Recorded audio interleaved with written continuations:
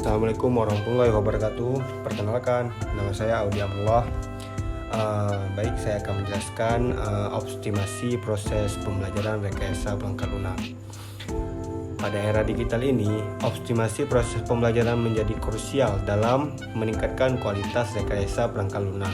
Metode pembelajaran yang tepat akan memastikan mahasiswa siap menghadapi tuntunan industri.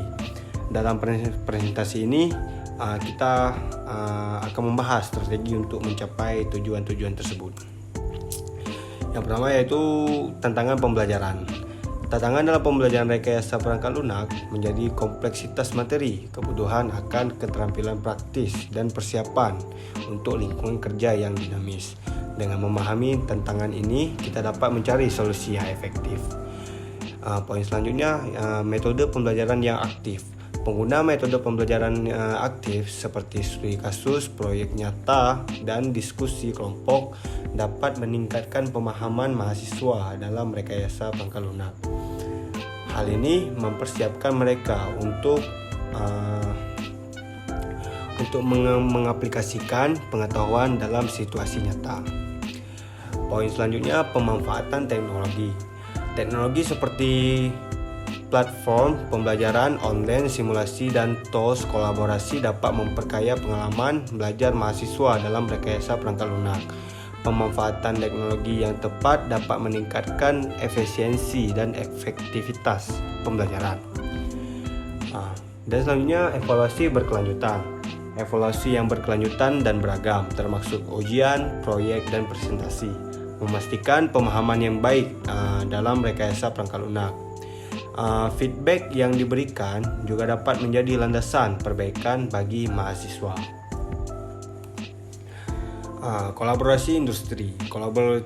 Kolaborasi industri dapat memberikan wawasan yang berharga bagi mahasiswa dalam RPL ataupun rekayasa perangkat lunak melalui magang, proyek bersama, atau seminar industri. Mahasiswa dapat tuntutan industri secara langsung. Untuk poin selanjutnya, pengembangan keterampilan perangkat lunak. Selain pengetahuan teknis, pengembangan keterampilan lunak seperti komunikasi, kepemimpinan, dan pemecahan masalah juga penting dalam rekayasa perangkat lunak.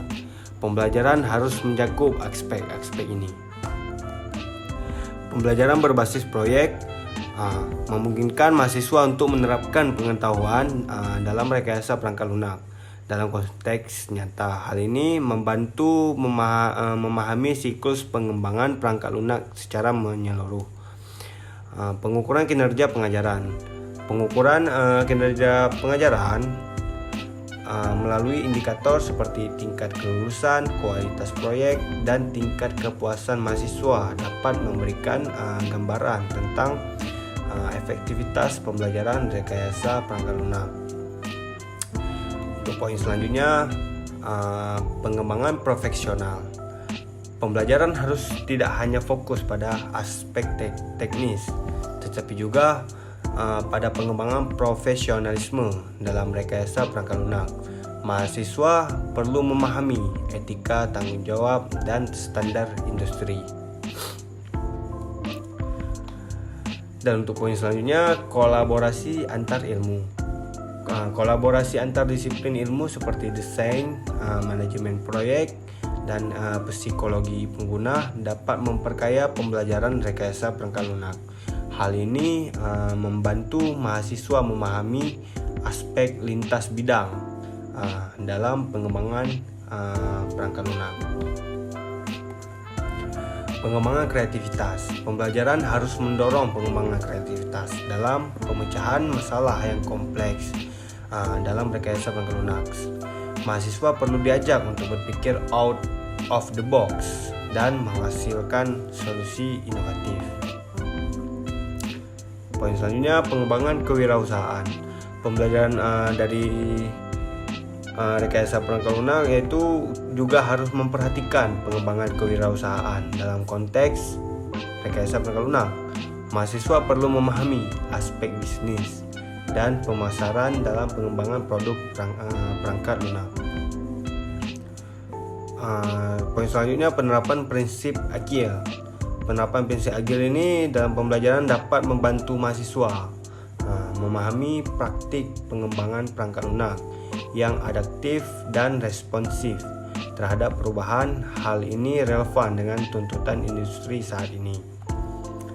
Nah, untuk kesimpulan yang sudah saya sampaikan sebelumnya, yaitu dengan mengimplementasikan strategi pembelajaran rekayasa perangkat lunak yang efektif, kita dapat memastikan bahwa mahasiswa siap menghadapi tantangan industri. Kolaborasi antara institusi pendidikan dan institusi sangat penting dalam mencapai tujuan. Jadi sekian penjelasan saya mengenai RPL atau rekayasa perangkat lunak. Semoga bermanfaat bagi yang mendengarkan dan melihat. Sekian dari saya. Assalamualaikum warahmatullahi wabarakatuh.